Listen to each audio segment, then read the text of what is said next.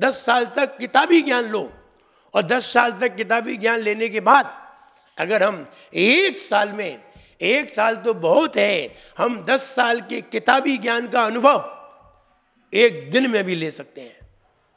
विचार करिए, फिर पढ़ना उचित है या अनुभव करना उचित है?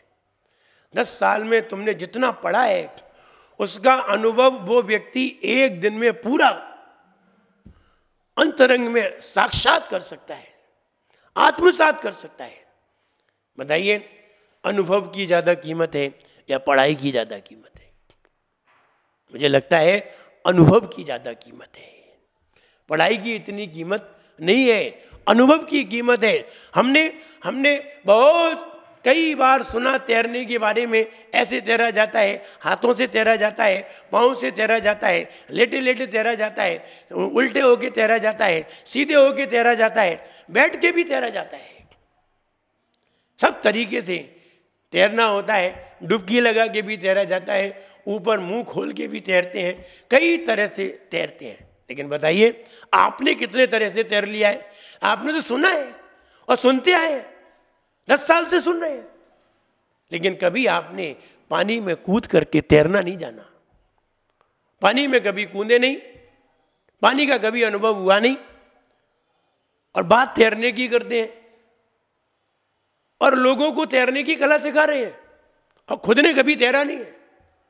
लेकिन एक दिन अगर तुम पानी में कूद पड़ोगे और पानी में हाथ मार करके पानी के ऊपर तैरोगे तो मुझे लगता है 10 साल की पढ़ाई एक तरफ हो जाएगी और तैरने का जो अनुभव है वो 1 दिन में पता चल जाएगा कि तैरने से कितनी मेहनत लगती है, हाथों में कितनी ताकत होनी चाहिए तब वो व्यक्ति तैर सकता है, पाँव में कितनी ताकत होना चाहिए तब वो व्यक्ति तैर सकता है, और हमारे मन में कितनी योग्यता होनी चाहिए, कितनी उमंग होनी चाहिए, तब वो व्यक्ति अपने हाथ पाँव से तैर पाता है। विचार करिए, ये अनुभव की बातें तुम तभी बता पाओगे। अनुभव तो 1 दिन में आ जाता है, लेकिन पढ़ने वाला व्यक्ति 10-10 साल तक पढ़ाया रह जाता है। इसलिए अनुभव 1 दिन में पाया जा सकता है जो तुमने 10 साल में पाया। भगवान महावीर ने इतना सारा अनंत ज्ञान था, उस अनंत ज्ञान को वो किताबों में पढ़ते नहीं पढ़े, उन्होंने किताबों को नहीं पढ़ा, किताबों का अवलोकन नहीं किया, शास्त्रों को नहीं देखा। विचार करिए, शास्त्रों को देखा नहीं, शास्त्रों को कभी पढ़ा नहीं, फिर भी सारे शास्त्रों के वचन उन्हीं के, जितने भी शास्त्र दिखाई दे रहे हैं सब उन्हीं के। अगर वो बोलते नहीं, उनकी दिव्य ध्वनि नहीं गिरती, तब शास्त्र लिखे ही नहीं जाते। और ये तो बताओ, उनको तो अनंत ज्ञान था, जो बोला है वो तो संख्यात है, जो बोला है वो तो संख्यात है, और संख्यात है उसको लिपिबद्ध किया है। और जिसने सुना है वो उतना लिख नहीं पाया है, और जिसने बोला है वो पूरा बोल नहीं पाया है, जिसने सुना है वो लिख नहीं पाया है, जिसने पढ़ा है वो समझ नहीं पाया है। तो बताइए हम कितना अनुभव कर सकते हैं? हम बस यही तो कहना चाहते हैं, हम यही बताना चाहते हैं, हम 10 साल का अनुभव 1 दिन में प्राप्त कर सकते हैं। तो बताइए, अनुभव कीमती हुआ या 10 साल की पढ़ाई कीमती हुई? मुझे लगता है 10 साल की पढ़ाई में कुछ नहीं रखा है। 10 साल की पढ़ाई का अनुभव 1 दिन में हो सकता है यदि हम प्रतिदिन अलग अलग तरीके के अनुभव करें, अलग अलग एजुकेशन के अनुभव करें, अलग अलग तत्व के अनुभव करें, तो हमें कितने सारे अनुभव हो सकते हैं। और ये अनुभव मुझे लगता है शास्त्रों के अवलोकन से श्रेष्ठ है। हम ज्ञान का उजाला अपने भीतर पैदा करना चाहते हैं तो हमें निश्चित है उस ज्ञान की तलाश करना चाहिए, उस ज्ञान की जिस ज्ञान ने सारी दुनिया को प्रकाशित किया है।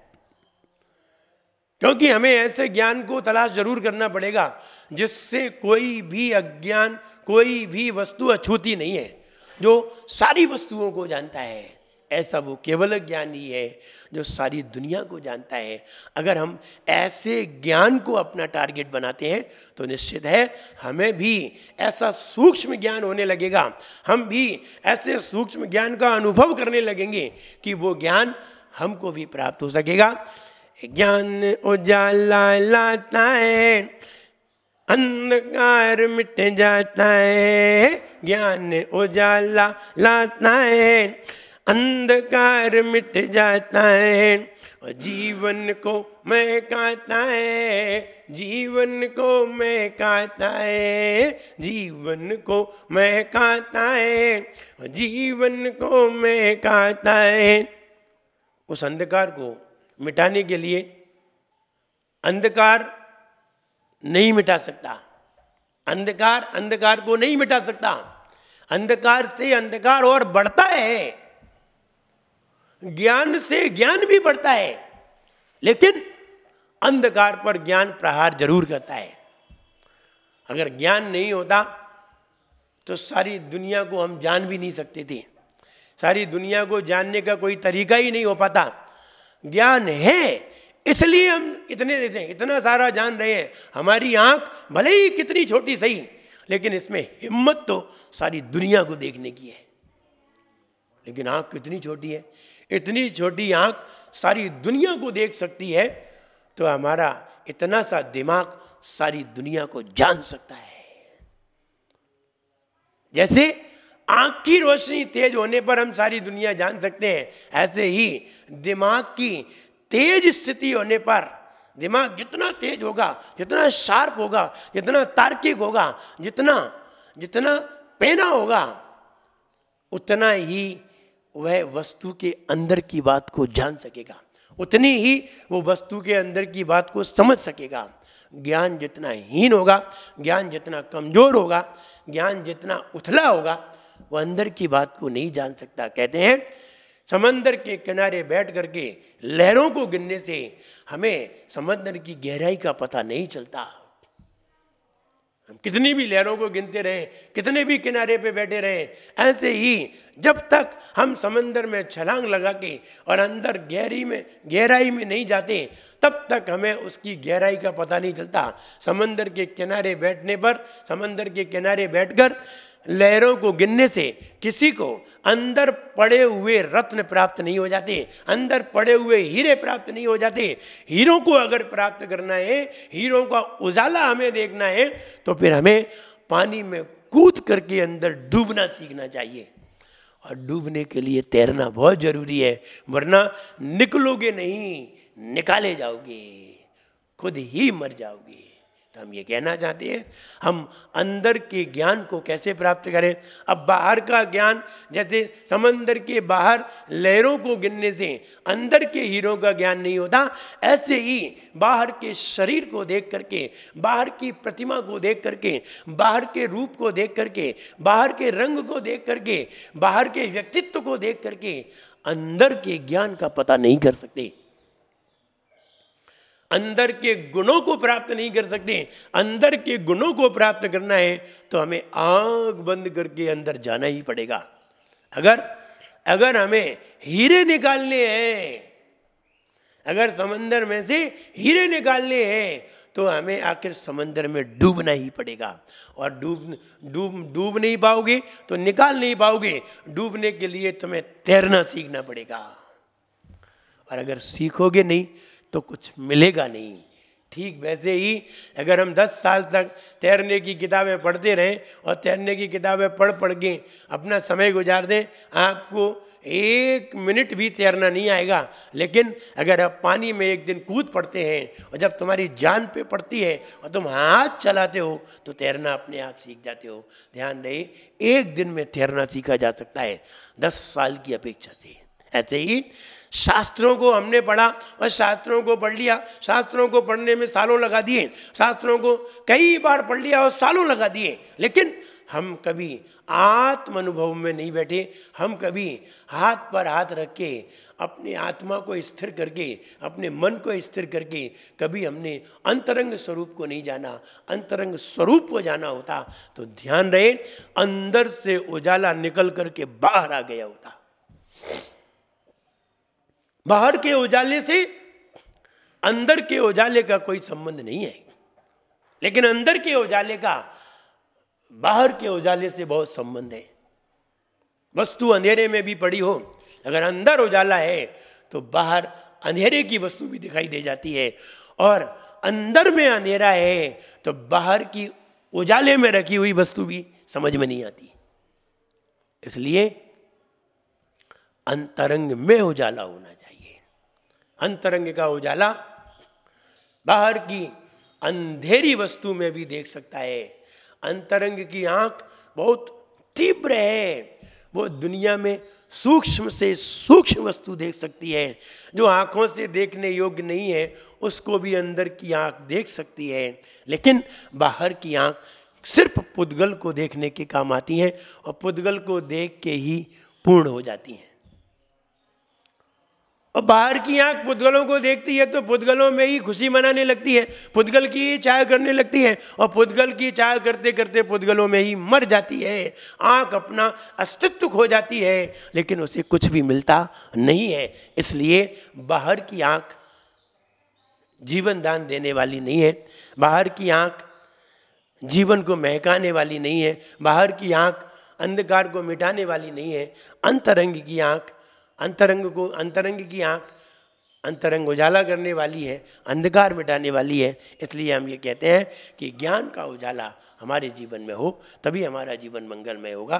जय बोलिए महावीर भगवान की। जीवन ज्ञान खिलाता है, अंत स्वरूप बताता है। जीवन ज्ञान खिलाता है, अंत स्वरूप बताता है। ईश्वर को दिखलाता है, ईश्वर को दिखलाता है, ईश्वर को दिखलाता है, ईश्वर को दिखलाता है। ज्ञान बिना सारा जीवन दुख ही दुख दिलाता है। ज्ञान बिना सारा जीवन दुख ही दुख दिलाता है। ज्ञानी सबको हो, ज्ञानी ही सबको वह ज्ञान दिखाए रे। जीवन में पानी की बूंद कब मिट जाए रे, हो जीवन में पानी की बूंद कब मिट जाए रे। होनी अनोनी होनी अनोनी कब क्या घट जाए रे। जीवन में पानी की बूंद कब मिट जाए रे, हो जीवन में पानी की बूंद कब मिट जाए रे। जीवन ज्ञान खिलाता है, अंत स्वरूप बताता है। जीवन ज्ञान खिलाता है, अंत स्वरूप बताता है। ईश्वर को दिखलाता है, ईश्वर को दिखलाता है, ईश्वर को दिखलाता है, ईश्वर को दिखलाता है। सारी दुनिया में घूम करके देख लीजिए, सारी दुनिया में कोई भी व्यक्ति भरोसे के मंद नहीं है। किसी भी व्यक्ति पे भरोसा किया जाएगा कहीं ना कहीं तुम धोखा खाओगे, क्योंकि दुनिया में कोई भरोसेमंद है ही नहीं। दुनिया में किसी पे भरोसा किया ही नहीं जा सकता। और जिस पे भी तुम भरोसा करोगे, चाहे वो अपना हो चाहे पराया हो, हमें इससे मतलब नहीं है, लेकिन दुनिया में धोखेबाजी है। सब लोग धोखेबाज हैं। ऐसा नहीं है कि कोई व्यक्ति तुम्हारा साथ देगा, कोई साथ नहीं देगा। दुनिया में दो लोग ही, दो चीज ही तुम्हारा साथ देंगी जिंदगी भर। इस जीवन में, अगले जीवन में दो का ही ध्यान रखो, जो हमारा जिंदगी भर साथ दे, हमारा जिंदगी भर हमारा हाथ ना छोड़े, जिंदगी भर साथ दे, अगले जन्म में भी साथ दे। क्यों ना हम उसका साथ करें। उनका साथ करते हैं जिनका कोई भरोसा नहीं, जाने कब हमें छोड़ के चले जाएं, कब हमारा इनसे साथ छूट जाए, कब हमारा इनका हाथ छूट जाए, और कब हाथ और साथ न छूटे, मृत्यु भी प्राप्त नहीं हो तो भी मन में ऐसे विकल्प आ जाए, मन में ऐसे विचार आ जाए जिससे हमारा साथ छूट जाए। ऐसा भी हो सकता है।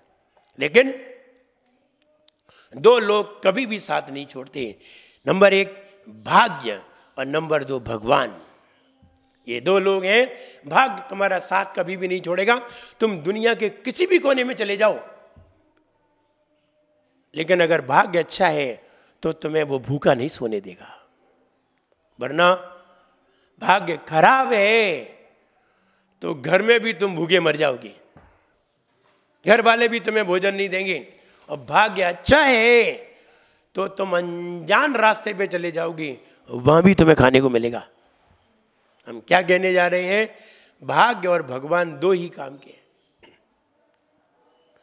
भगवान है, तुम भगवान के लिए जितना करो भगवान तुम्हारा साथ देगा, तुम्हें छोड़ेगा नहीं, बिल्कुल साथ देगा, इतना साथ देगा, इतना साथ देगा कि तुम मर भी जाओगे तो तुमने जो यहां किया है वो वहां पर पहुंचा देगा। इससे बड़ा ईमानदार कौन मिलेगा? इससे बढ़िया दुनिया में कौन मिलेगा? मुझे लगता है कोई नहीं होगा। आदमी यहाँ का यही दे दे, यही बहुत है। तुम अपने भाई पे अथवा किसी रिश्तेदार पर तुम 50 लाख रुपए रख के तो आओ, और ये कहना कि 10 साल बाद हमें दे देना, वो व्यक्ति तुम्हें 10 साल बाद दिखाई ही नहीं देगा, और दिख भी जाएगा तो भी अपनी नज़र चुराएगा, और नज़र चुराता हुआ वह निकल जाएगा वहाँ से, और तुम्हारे सामने भी आ जाएगा तो भी कोई ज़रूरी नहीं है कि तुम्हें 50 लाख दे दे। मुझे तो ऐसा विश्वास है ही नहीं कि वो तुम्हें 50 लाख लौटा देगा, तुम्हारा भाई भी क्यों ना हो। कोई भी व्यक्ति दुनिया में भरोसेमंद नहीं है। भरोसेमंद है तो भाग्य है और भगवान है, ईश्वर है जो भरोसेमंद है, और भाग्य है जो भरोसेमंद है। भाग्य है जो तुम्हारा साथ नहीं छोड़ता, और ईश्वर है तुम दुनिया में कहीं भी चले जाओ वो तुम्हें देने पहुंच जाता है। तुम हिंदुस्तान में रहते थे, हिंदुस्तान से अमेरिका चले गए, हिंदुस्तान में कोई परेशानी आई, अमेरिका में चले गए, वो अमेरिका में भी तुम्हारा धन लेकर के पहुंच जाएगा, और अमेरिका में तुम्हारा बढ़िया कारोबार खुलवा के तुम्हें बहुत बड़ा आदमी बनाएगा। अगर तुम्हारी किस्मत में है तो, तुम्हारे भाग्य में है तो। लेके कौन जाएगा? लेके जाएगा ईश्वर, उसकी जिम्मेदारी है। बैंकों की कोई जिम्मेदारी नहीं है। तुम बैंकों में 50 लाख रुपए डाल दो, कोई बैंक तुम्हारी घरे देने नहीं आ रही। तुम मर जाओ तो मर जाओ, लेने आओगे तो 36 तुम्हारी इंक्वायरी करेगी, 36 बार तुम्हारे बारे में पूछेगी कि तुम ही उसके बेटे हो, क्या हो, एफिडेविट लाओ, ले जाने क्या क्या करवाएगी। तब कहीं जा करके कितना नचाएगी, तब भी दे दे, पूरा दे दे, बहुत समझना।